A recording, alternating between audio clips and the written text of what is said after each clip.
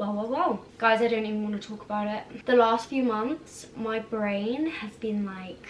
Social media is a lot. I'm probably going to talk about this more at the end and why I haven't been posting so much on social media. But either way, I don't want to start the video off on a negative note. So let's just get straight into it. Today I'm going to be showing you 10 to 15, I actually don't know how many there are, of my current obsessions. These are things which I have been using, wearing, reading, the whole works. Let's just get straight in there.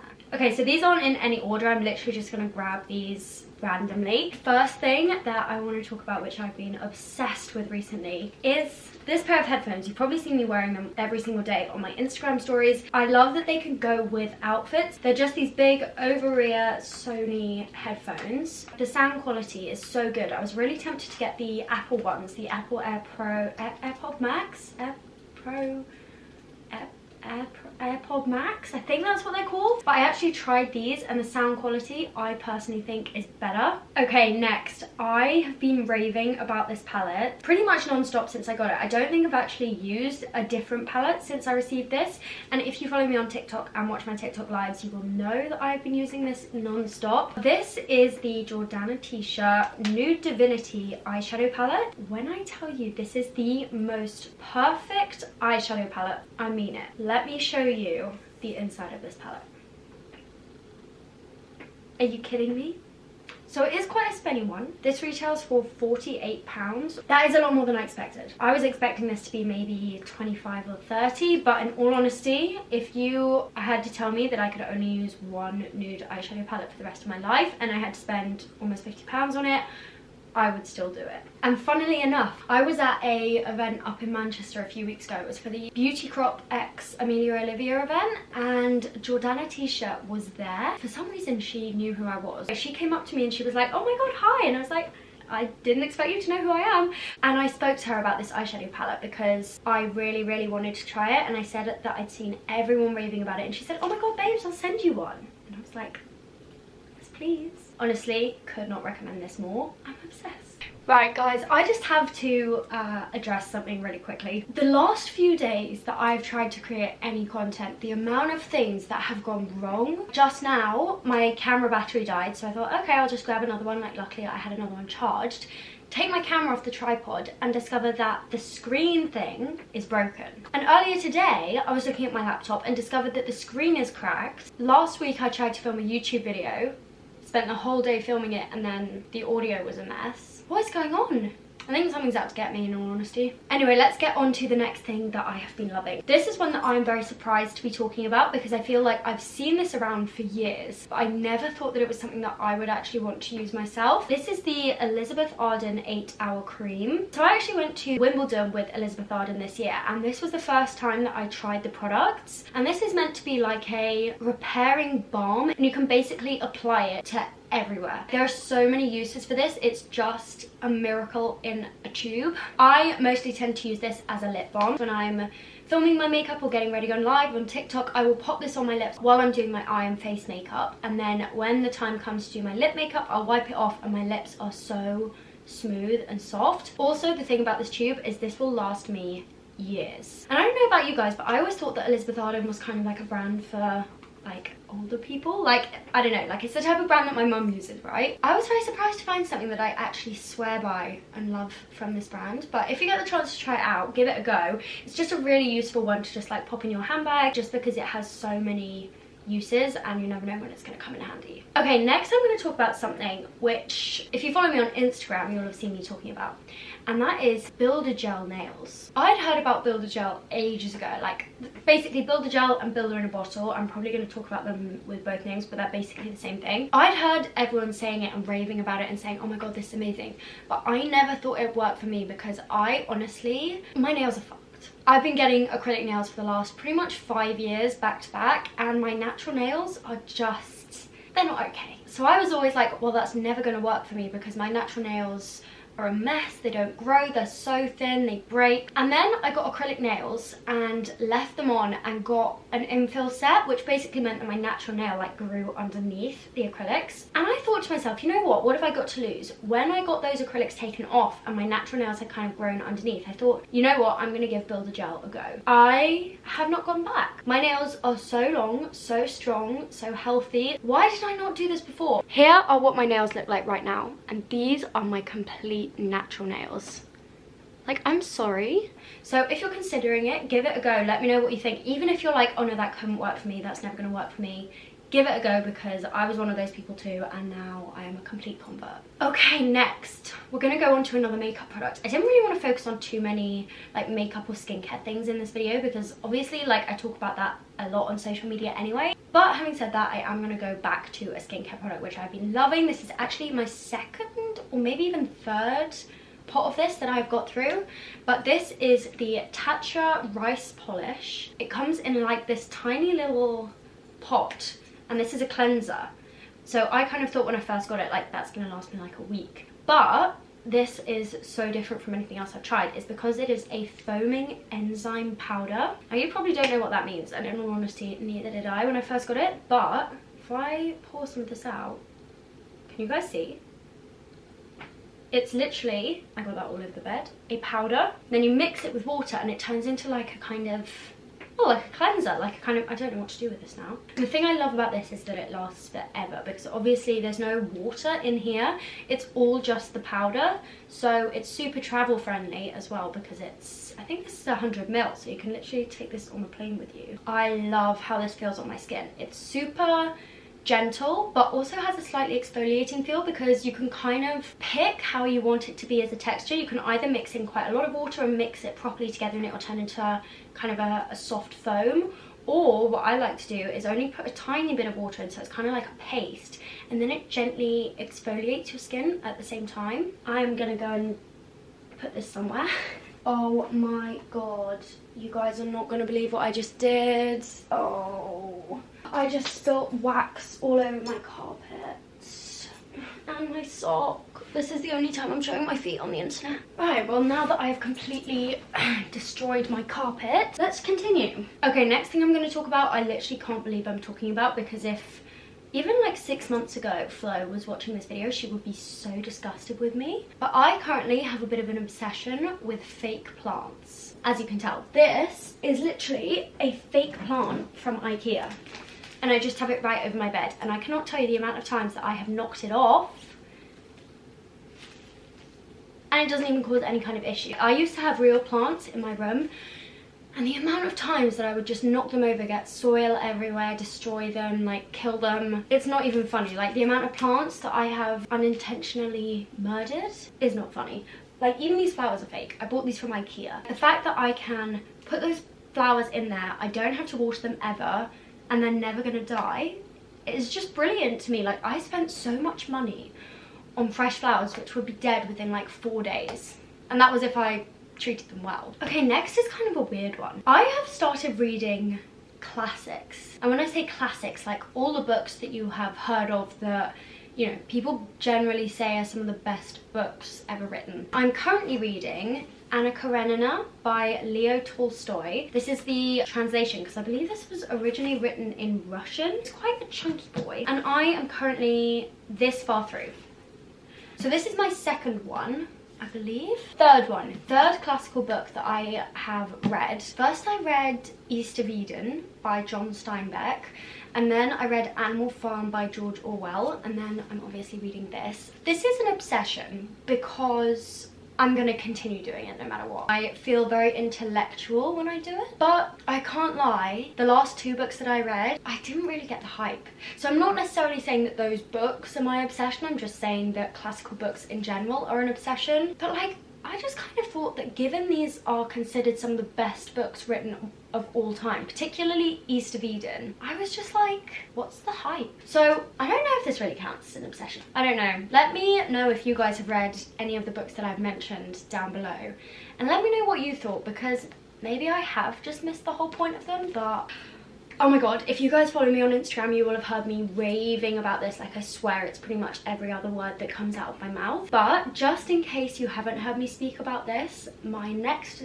thing that I'm obsessed with at the minute is Hurr. And Hurr is a rental store. The way I discovered it is Hurr has a kind of store inside Selfridges on Oxford Street. What it allows you to do is go in, browse a bunch of clothes and rent them. So for example, I have been to events where I've rented designer dresses that cost upwards of like £500 and designer bags for one night and spent like £100. And obviously £100 is still a lot of money. Like, I'm not saying that this is, you know, cheap, but for what you're getting, and considering the fact that if you were to buy, you know, like a kind of statement dress, you'd probably only wear it a few times, I think it's crazy good value. Also, another interesting thing that I actually recently learned about it, this sounds like an ad, I promise it's not, you can also rent your own clothes on there. Does that make sense? Lend your own clothes. If I were to buy like a designer bag, like, how often am I gonna be using that? Even if I use it like once or twice a week, I can still rent it out and earn back money from it. It's a really cool idea. Check it out if you haven't already. I am obsessed with it. I honestly rave about it constantly. 9 out of 10 of the outfits that I wore at Coachella or whatever were rented from Hurr. So that's a current obsession that I don't think is actually going to go anywhere. I just love it. Okay guys, we may as well stay on the bougie route. I feel like this video has been very bougie. I'm sorry. I kind of thought that this was going to be a bit of a cheaper one to add into the mix, but literally everything I've spoken about is quite bougie. I guess except the books so far. I promise that not all my obsessions are expensive, just the ones I'm talking about today. So the next one I'm going to talk about is probably the most kind of high-end thing in its category. Why do I do this? But that is perfume. So as you may know, I have quite a large perfume collection. I haven't actually bought all these perfumes myself. I was very lucky to work with TikTok Shop right when it first started. I got to collaborate with the fragrance shop I think it's called, and they basically just sent me like a bunch of different perfumes. So I have a big perfume collection, which means that I feel like I am in a position to recommend. My 2 current absolute favorite perfumes are from the same brand, completely unrelated. Like, I don't like them because they're bougie or because they're expensive or because of the name. I literally just love the smells more than any other perfumes in my collection. That tells you everything you need to know. My 2 current favorite perfumes are both from Penhaligon's. I'm sorry, but they're just so my absolute #1 perfume in my collection is Halfetti from Penhaligon's, which is probably their most famous scent. And this, oh my god, bury me with the bottle. Like, just spritzing me isn't enough. Like, I need to wake up every 10 years or so and spray myself again. This, I wish you could smell it. It just smells so classy. I can't even describe it. I wear this every time I have something important on. Something that I really like to do is to kind of match my scent to the scenario, and then basically every time I wear that scent in future, I associate it with that scenario. So for example, if I have a really important meeting or event, or I need to feel confident, I will wear this perfume. I'm gonna do the difficult bit, and the bit I really don't want to tell you, but I'm going to Google the price of this. Okay, yeah, so this bottle costs £190. That actually hurts, but you are not paying for poor quality. When I say this is like the highest quality perfume you could get, I'm not lying. I'm pretty sure that the Queen, rest in peace, used to wear Penhaligon's. I don't think it was this scent, but she used to wear Penhaligon's. So that's my top favorite one. This one is actually brand new, and I really did not think I was going to like this, but this is Penhaligon's Sports Car Club. And when you look at this, you think that looks quite like masculine as a scent. Like, I did not think I was going to like this, but I seriously wish that you could smell this through the screen. Like, here you go, just smell it. I actually can't really choose between these 2. I think I just choose this one as my favorite because it's more well known than this one. And so the time that I tend to use this perfume is either when I've just showered so that it like soaks into the skin, or at the very start of the day. So if I'm going out and running errands, or I have a brunch or something like that, I will always wear this one because it smells so fresh and clean. Like, I get so many compliments on this just because it smells like I have just got out of the bougiest shower of my life. So I'm sorry, I feel really bad because these just are like a silly price for a perfume. But if you get the chance, even if it's just to like go into Selfridges and just smell them, please just smell them. Just tell me what you think, because the associations that I have with these scents are so special to me. Like, I literally love them. Okay, I feel like after talking about that one, we need to go for something a bit more affordable. So the next thing I'm going to talk about is something that I have not been able to stop eating, and that is banana pancakes. So I posted these on my Instagram story the other day, and loads of you guys were asking me for the recipe, and literally all it is, it's so simple, is a whole banana, preferably quite ripe. You could even use ones that have gone like quite brown, 1 egg. I use just a packet of like Quaker oats and some baking soda, and I think that's it. And literally all I do is I chuck these into a mixer, whiz it up, and pour it into a pan and cook it, and that is it. Can't lie, it's taken me a bit of time to get the like quantities right, because I was pretty much making it up. But these pancakes, oh my god, I have them every single day for breakfast.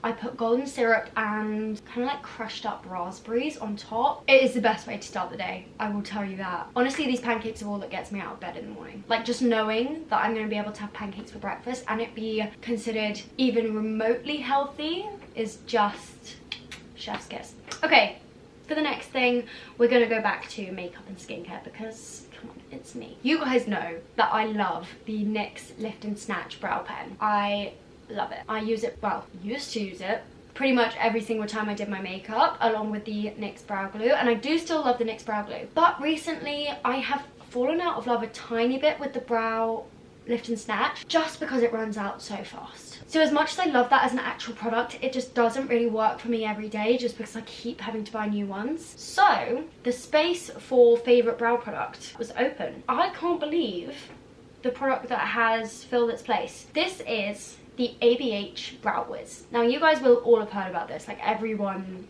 and their mum has used this, right? But it's worth it. And I've actually run down this pencil, like I can't twist it anymore because I've used the whole thing. I just love it. There isn't really much that needs to be said on this, but I don't want to use anything else for my brows other than this. I use the shade medium brown. It lasts ages. It's super easy to use. The nib bit doesn't like wear down and kind of make it go all clunky and chunky. And it's got a spoolie on the end. You can just brush through your brows. Super easy to take with you everywhere. I just don't have any complaints about this, honestly, except that I've now run out and need to buy myself a new one. Right, we're down to the last few things that I want to talk to you about, but I could not finish this video without talking about this product. Now, disclaimer, I am an ambassador for GHD, which means that I work with them on a long-term basis, create content for them, which is honestly like a dream for me, given they literally have my favourite hair products. But I haven't been asked in any capacity to do this YouTube video or talk about this or show this. This is completely just by my own choice because I genuinely love it. But this is the GHD, oh, I've got hair stuck in it, GHD Curve Tong, I think that's what it's called. See, this is the thing, if this was an ad, I'd actually know the name of it. So it just looks like this. It's like a regular curling one, but it's got this tong thing. I never used to use curlers with a tong. If anything, I used to use straighteners to curl my hair, but the way that this curls my hair, I'm just obsessed. This has taken over my Dyson Airwrap, and that is a big statement for me to make. I'm just obsessed with like the loose casual waves at the minute, and this tool is so perfect for creating them. Literally just gonna Google how much this is. It's actually on sale right now. So regular retail price is 140, which is quite spenny, but right now it is £111.20, so you're saving £27.80. I wish my maths was that quick. It says it on the screen. But honestly, if I were to recommend one tool from GHD, probably apart from the hair straighteners, because I think the hair straighteners are just fab, this would be it. Such a kind of universal tool that is going to work for so many different styles. Okay guys, we are down to the final thing in this video. So the last thing that I want to show you is actually an item of clothing, which I very rarely talk about on social media because you guys kind of know my stance with like fast fashion and stuff. But I feel like when it comes to shoes, I can give myself a bit of an exception, just because shoes are one of those things that I find I wear and wear and wear until they pretty much fall apart. If they're good shoes, which I'm happy to invest in, it will take a lot of wear before they do that, and these are exactly that. These are some good shoes that I invested some money in to make sure that they were going to last me a long time, and they're also vegan. So these are from Shoe. I got these actually on Oxford Street, and these are these loafers. Loafers are nothing new. I'm not trying to start a trend here. Everyone's obsessed with loafers at the minute, and I really wanted to find myself a pair, and I spent forever looking, and they were all so expensive or just not right. Like, I can't believe how many pairs of loafers there are out there that are just not right. Either the sole is too thin or they're too wide or whatever. Like, I spent so long looking for a good pair of loafers, and I finally found them. So these are in size 6. They look absolutely massive, and they do look quite big when they're on me as well, but I just love them. They go with pretty much every single outfit. I literally threw them on today when I was just going to run some errands. I'm just obsessed with them.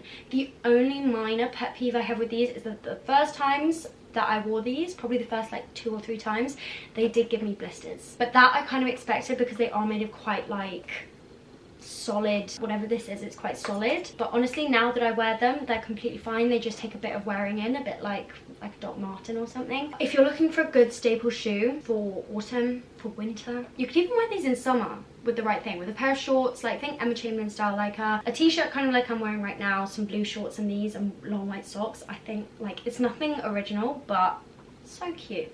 I have honestly really missed creating content on this personal channel. I feel like I've been having a weird time with social media in general at the minute. On my live streams on TikTok, which I do pretty much every day, I often find myself kind of talking about how I feel a bit in a rut with social media, like I don't know what I want to create, and there's so many people around me that are going down so many different routes. Like, I feel like almost like I'm being kind of pulled from all sorts of different directions, and I just don't know which one I want to go down. I feel like it's nice sometimes to just stop thinking about it so hard and actually just create something. I know that if I sat down for another hour, I could probably come up with a video idea that was better than this, or that would do better than this, or whatever, or that you guys would enjoy more. But in all honesty, I think I get myself into a loop of thinking so much that sometimes I just need to go, flow, just shut up, just film something. If you enjoyed this video, then it means the absolute world to me. Please do let me know, as I say, down below what you thought, and I promise I'm going to try and create more content on this channel. I can't quite say when, but I'll try. I think I just need a bit of a push. I just need to stop overthinking everything so much. But anyway, that is it for this video. I really hope you guys enjoyed it. If you did, then please do subscribe, and I'm sure that I will see you on TikTok or Instagram or somewhere very, very soon. Okay, bye guys.